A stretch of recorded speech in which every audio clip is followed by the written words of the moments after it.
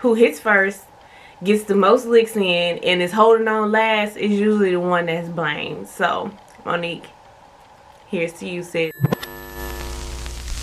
Hey guys, welcome back to my channel. This is Being Simone Iman, and I am Simone, and we are going to do a review of Real Housewives of Potomac Season 5, Episode 9.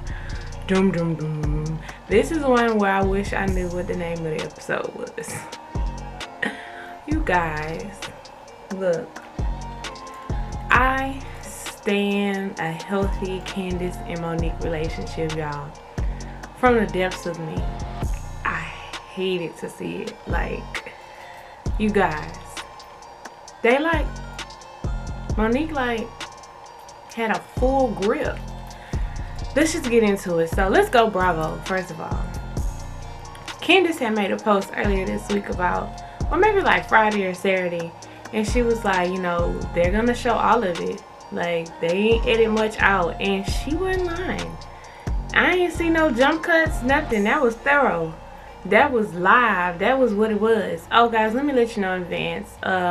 My ring lock fell and it's been possessed ever since. She does what she wants, so we may go dim, but we gonna keep rolling. Anyway, so you know, it started with the hand playing in the face. You better get your hand on my face. What you gonna do? And then the flipping of the hair. I will say the flipping of the hair, you know, as close as they were, it wasn't like she flipped a stranger's hair or like she flipped Gizelle's hair. Like, you know, that's like her little sister. So let me flip this hair and get your mind right. But anyway, I feel like Candiace was touching just as much Monique was. Like, you know, we saw Candiace's hand. Now, what we saw last week when we left off and I was talking to you guys, Candiace's hand was extended. She had a wine glass in her left hand. Her right hand was free, and that's what she was talking all her junk with. When you look at the commencement of the fight as it begins, someone pushes Monique's shoulder. The someone is Gizelle, y'all. Gizelle, like, in an effort, I'm sure, not to incite anything, but in an effort, I guess, to keep them separate, Gizelle definitely pushed Monique's shoulder. And in the heat of the moment, and you about to box somebody, you don't know, you know, I'm focused on this person that I'm being aggressive with, that's being aggressive with me as well, and I get pushed. I don't know who's, you know, she laser focused in. She don't know who pushed her, and I think that may have escalated some of Monique's reaction. Not making excuses, just trying to make sense of the situation. Candiace was also fighting with a glass in her hand, and Monique's face was cut. Imagine Monique's face being like cut though. Like her lip was cut in her face. Imagine if, y'all, the fighting with the glass, that was super dangerous, and no one is acknowledging that. And like, I get it, you know, it was mutual, what led up to it, the playing in the hands in the face and the don't touch, you know, this and that. The person who hits first gets the most licks in and is holding on last is usually the one that's blamed. So Monique, here's to you, sis. Monique had a death grip on Monique. Monique had a death grip on Candiace's wig, and sis' wig did not move. Okay, that was some of that Alonzo Arnold glue Candiace had on that wig, because that wig was here to stay. Monique was so calm afterward, like when she was in the stairs talking to the producer James, and she's just like trying to make sense of it herself, and she's going back play by play on what happened. She was so calm. You know, Candiace was the one, hood rat bitch. Y'all, I hate that terminology, that phrasing, because it's reserved for black women, hood rats. I don't like when people use that word. All the people everybody that's Team Candiace in the groups and on the blogs and the comments, Monique a hood rat, Monique is not a hood rat. Monique had a hood moment, and she admits it when she's in the car talking to Chris. The hood came out. But I wouldn't even say that. Like, we're conditioning ourselves to say when people fight it's hood. But you know, the Housewives of Jersey fight. They just had a fight, like, not a fight, but they had a physical altercation like 2 seasons ago with Danielle Staub, and they was pulling hair and shit like that. So are we calling them hood rats? Oh, that's on the flip. Oh, okay, I was just trying to figure that out. And then the women are all standing around talking. Now, as much as the fight made me cringe, irritated my soul, y'all know what else pissed me off watching in that entire scene? Gizelle and Robyn sitting back on their perch, judging with the snide comments. I didn't like that, especially Robyn. First of all, if you watch the fight, and in this little picture too, Robyn is eating it up. Robyn has the biggest smirk on her face the whole time they were fighting. 85% of the time they were like fighting, Robyn stood there and watched in the middle of it though. She didn't bag away. She didn't do a Karen and run off and watch. She was like in it, like right there watching. Her soul was pleased because my sis was in there fighting. They have wanted Monique to do something that, you know, cause doubt and shame and blame on them not liking her, or made them feel like, oh, see, this is why we don't mess with you. Like, in my personal opinion, Robyn and Gizelle have been waiting for a moment to pounce on Monique and say, this is why we don't want you in the group. Honestly, I feel that way. The amount of satisfaction that was on Robyn's face was disgusting. And that's just that on that. It was disgusting. I didn't like afterwards when, you know, Monique was still having her moment. She was like, I'm gonna kill that bitch and all that. People say that when they fight. Like, y'all, nobody's killing anybody. Like, come on with the juvenile bullshit. She's upset. Oh, now she's gonna kill her? This ain't my fight. I saw the devil in her eyes. Like, girl, get boring ass Robyn, get out of here. But I stand to Karen Huger. Karen was like, you know, Robyn was like, she's wrong. She, you know, was about to go. She was already starting up. She was cranking up the We Hate Monique train. And, well, tractor that was in the barn. And Karen was like, we not about to throw her under the bus. We not about to discuss this. You know what? Actually, I'm about to go check on my friend. Come on, Karen Huger. Shut that shit down. We not about to stand here 2 seconds later and make a judgment on what just happened. We're all, like, in the thick of the shock and can't believing this just happened. Honestly, y'all, Monique was wrong. Monique lost control of herself. But at the end of the day, we're all humans. The one thing that I can say that I didn't appreciate about the scenario in the whole fight and all of that is Monique's lack of accountability. I don't like it. Monique, you hit that girl. You was swinging on that girl. If she was just saying words, at the end of the day, sis, you wrong. People, she can talk junk. She can. That's her First Amendment right. She can talk all the shit about you she wants to. And you gotta stand there and take it. It's the name of the game, sis. You signed up for this. And you can't lose your cool and get upset and physically assault people. And you almost 40. Come on, Mo. No. And that's the only thing. Like, I get it. Human beings lose control all the time. Like, you got that, sis. You had a moment. But you gotta be accountable after you have your moment. I'm interested to see what sign. I need to know what sign Monique is, because baby, once it was up there, baby, it was up there. She was so calm, but when she snuck out that back door and she was running around that barn, like, are you gone? Somebody was like, is that Monique running, bitch? Yes, it's Monique running. Like, once it was up there, it was up there, baby. And it took a while for her to just like gather herself. And in that moment, you know what she should have did? She should have walked in there and said, y'all, I fucked up. I'm about to go. I'll holler at y'all later. She didn't owe anyone any commentary. She shouldn't have been talking to Ashley. Because then that just, you know, I wonder what Monique was thinking when Robyn and Gizelle was sitting in that corner judging her. I would have said, and bitch, you better watch it. Because you might be next. I just didn't like that shit with Robyn and Gizelle. And then Monique calls Chris on the way home. And she basically has no regrets. And I get it. Like, you big boss. You just whooped a bitch. You feeling yourself, but at the end of the day, sis, you was wrong. And it's okay. Now, this is my thing about the whole wine. So, for the months leading up into the season, Monique has been saying that Candiace threw a glass of wine in her face. And the way it's portrayed is that, like, that was the start to the fight. Like, a bitch baptized your ass, and then y'all got to swing it.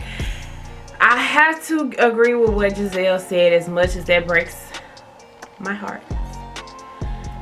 It seems like the wine got thrown in the tussle of it all. You know, Candiace didn't baptize her real quick and then be like, now what's up? Put her dukes up. You know, the wine got in her face through the tussle of it all. And yeah, Monique admitted it in the car ride with Chris. She was like, the hood came out, and we all know that. Look, y'all, I have gotten into it with maybe like one friend, and it was like some serious animosity. Like, I have dreamed about fighting this woman. But I could never imagine it happening. And when Chris and Candiace are on the phone and Candiace is crying, Candiace is not crying because of anything physically that happened to her. Like she said, first of all, that shit is embarrassing. And not just for her, for Monique too. Monique ought to be embarrassed. And I don't know why she can't admit that she is. Because no woman of that caliber, and y'all on TV, wants to be portrayed fighting. It's just, that ain't the look. It ain't the wave. So I'm with Candiace. Like, that shit was embarrassing. But I think Candiace is also hurt because of that exactly. Look, Candiace is emotionally intelligent. She said exactly what it was. Why is she so mad at me? Now you so mad at me that you putting your hands on me? Look, the punishment doesn't fit the crime. Candiace has apologized for that shit with Cherise. They have tried to move forward too many times for Monique to be harping on that shit. Monique more mad with Candiace than she's ever been with Gizelle, than she's ever been with Cherise or Gigi or whoever. And not saying she hasn't been that upset. We ain't goddamn seen it. What is it? It's just, I hate to see it. So then we get to the morning after the fight, and Wendy's getting ready for work with baby Kim. I really enjoy Wendy's style. Now, her glam needs some help, but that's because, you know, TV makeup and everyday makeup ain't the same. TV hair and everyday hair ain't the same. You know, next year she come back, watch how she turn it out. But I enjoy her style, like the clothes that she wears when she's on her anchor, her political commentator jobs. That blue dress with the sleeve with the colors, the primary colors on it. I live. And I get what the women are saying as she's getting dressed and the footage is rolling and there's the voiceover. She's talking about, you know, you don't want to be associated with stereotypical behavior. Unfortunately, it's stereotypical, but it's actually typical behavior when it's a bunch of women. You know, there are gonna be spats, fights, it might get physical. And like I was telling y'all, there are other franchises with white women who have gotten physical before, but we get the short end of the stick when it comes to the benefit of the doubt. You know, that's how y'all are, if not y'all had a moment. And I want us to shift that narrative, and I think that at the reunion, someone in the group needs to make a push for that. Andy. And then we roll to Gizelle, and Gizelle is getting the family together. Look, I'm calling it in my notes the Bryant family sham, child. And Robyn and Gizelle start talking about everything that happened the night before. And like I said, Robyn and Gizelle are excited about Monique being in the hot seat yet again. But this time it's to something super salacious because she done put her hands on somebody. And it's like, okay, so how do we move past this? I have no idea. And then we get to Candiace. And I wanted to see my good sis the day after the fight. I was like, let me see. Girl, just come here and let mama look at it. She said her forehead hurt. It also looked like there was a blood vessel popped in her eye, but maybe it had been like that. But Candiace ain't lying. It didn't make a lot of sense why Monique can't move beyond being so upset when Candiace has openly apologized each time Monique has felt. And it's the thing, Candiace was, her heels was stuck in the ground when they were trying to force her to apologize to Ashley because she felt it was unmerited. Like, I'm not apologizing to this bitch. With Monique, Candiace is literally throwing up the apologies. Like, bleh, I'm sorry. I'm sorry. At any moment Monique feels it's necessary. Why are you still mad? It's deeper than that. And you know, I understand also you have a different standard for your friends than you do the bitches you don't really fuck with, right? So she expects the worst of Gizelle and Charisse and Robyn. But if it were Candiace and Karen, like, you better not do no shady shit to me, okay? And now we just see what kind of friend Monique is. Like, once you hurt her feelings and you're her friend, it's hard for her to move on. And I'm like that too. Bitch, if we ever said goodbye, it's goodbye forever for me. It really is. It's good because I could never bring myself back there. I was just talking to my best friend about that this weekend. Once me and somebody is done, girl, I can be nice, I can be cordial, but I'll never like fuck with you on that level. Never again. I feel like Monique, you know, scapegoated Candiace though. A lot of the anger and all those horrible feelings that she was having about not for lazy moms, about, you know, her issues with Chris, about her issues with her other friends. Candiace just got all of Monique's frustrations in that moment. And then we moved to the day after the fight with Karen and Ray. And Karen is looking good for her man. And Ray's throwing out the compliments. And it's Ray's birthday. And they're going to have a chef come over and help Karen cook. Let me find out Karen can't cook. She's not a grandmother, but she could be. She can't cook. Ray says they feel disconnected. It's good that I like the fact that Ray and Karen can both admit they on the same page. They're not lying to each other. Like, there's a disconnect here. And then as they're talking, Karen is like, you know, I know we don't do therapy. Said every baby boomer in America. Look, y'all got to get past that because y'all pass those toxic beliefs down from generation to generation. Go get some therapy and save your marriage. Like, it's not that deep. Karen starts telling Ray about what's going on with the group, and he tells him about the girls, and you know that they're both wrong. Karen has a perfect assessment. You know, we stand Mrs. Hugo. They're both wrong. Now she's talking about them being friends, and they ain't never gonna be friends again. Not the type of women that I perceive Monique and Candiace to be. And then she talks about being invited to her homecoming, which I think is super cute. I love that in the season trailer, when Karen was riding on that car, my people. That's like my favorite. But I can tell that that's that scene from when she goes back to homecoming.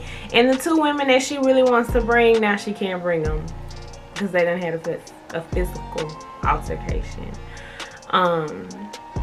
Karen also gives Ray the tea on Michael and what Ashley said about Michael.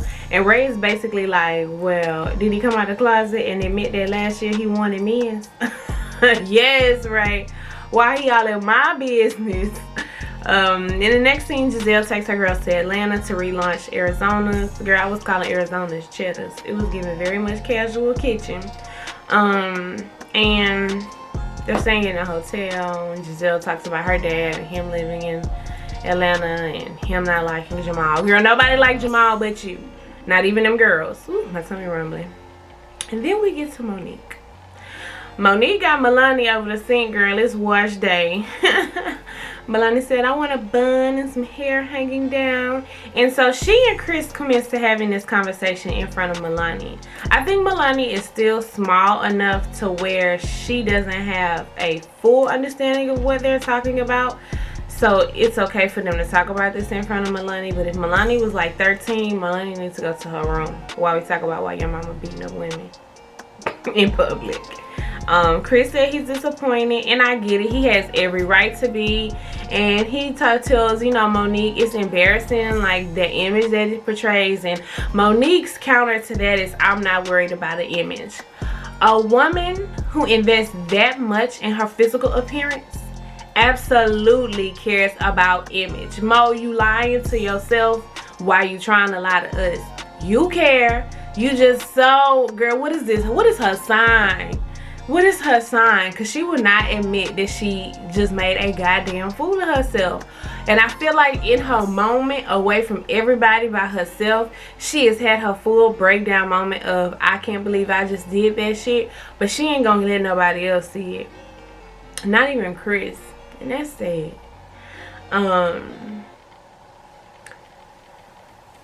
Anyway, she's still defending the madness, basically. And I'm just thinking, like, do the Not For Lazy Moms fight? Like, Not For Lazy Moms, y'all be boxing?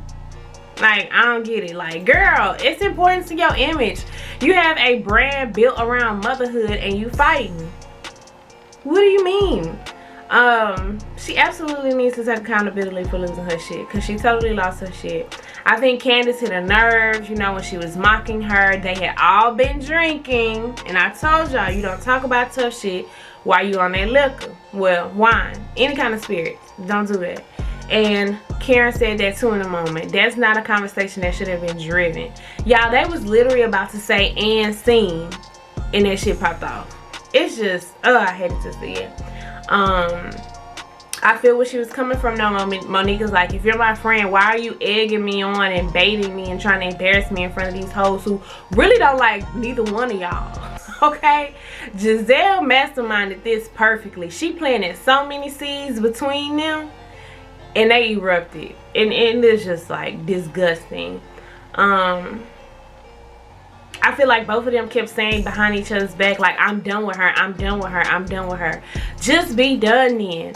I aspire to be so self-aware and in such control of my, you know, emotions and what I'm dealing with, that there's nothing a bitch can say that's gonna make me get out of character. Like, and I'm not there, and I'm not saying I'm there, but those are my aspirations as a grown-ass woman. I think me and Candiace might be a couple years apart. I know Monique is much older than I am. Not much, but like 5 to 6 years older than me. By the time I'm there, I want to master this shit. Because ain't no way I'm putting my hands on nobody. I'm calling the laws on you. I'm not fighting you. And then we move scenes to Gizelle and her dad with the girls, and they go get them good looking donuts. Her daughter Grace always looks so over it. She is so unimpressed by everything. Like, sis be looking this close to a nap, but her hair be laid. Her hair is really pretty. Gizelle explains to her dad about the restaurant concept and what Jamal has done, and she said Jamal cheated on her before they were even married, and her dad didn't come to her wedding. And I thought about Wendy and Eddie when they was talking about that at the lake house, but she had left by then, so she wasn't a part of that conversation. But I would like to see her and, you know, Wendy connect on that and talk about that. I feel like her dad was nice about it. Let's talk about Gizelle in this Party City wig though, and her interview look. The like blunt cut right here, y'all, that wig, it look like plastic. And then who are her producers in her glam? Her hair sticking up in all the scenes, like it's like a piece of hair. It just looks, she looks disheveled, like she just sat down, the hair swung, and it just stayed there. When the Atlanta girls, baby, they be getting touch-ups every 5 minutes. What is going on with Gizelle in this Party City wig? Ugh. And then we get to Ashley and Michael, and Ashley is sitting there with baby Dean, and Michael is coming in the house, and it's, hi dad, and they kissing. Look, a motherfucker cheat on me, I'm not, hey daddy, kiss me. Ashley is too forgiving with Michael. Absolutely too forgiving. And I'm not saying she needs to be walking around her house all upset and beefed up. I don't know if she putting on for the cameras, but I don't like that. That don't look good. And it is no wonder y'all in the blogs every 6 months if that's your, you know, that's his repercussions for embarrassing your family. Drink out of his Corona bottle. First of all, they need a Corona endorsement because that's all they do. Y'all drink water? God damn, do y'all drink tea? And all they drink is Coronas. Drink out of your glass, and you admitted to me that you was kissing somebody? Oh. They started talking about their issues, and Michael was like, you know, they had a lack of intimacy, and that had him out there in these streets, and it's just all just it sucks. It's the worst thing I ever heard any man say to a woman who is going through so much to bring a child into this world, And basically, I'm feeling like Michael is saying, when the baby came, we didn't have any intimacy. We couldn't have threesomes and shit no more. And so now, this is why I didn't want the baby. Because remember, it took a lot of convincing for Ashley to get to have a baby with Michael. And that's why Michael didn't want to have no baby. Because he didn't want them to have to change their lifestyle. He wanted to swing and sway and grab butts and suck sausage. He didn't want no baby. And now here you come with some baby shit.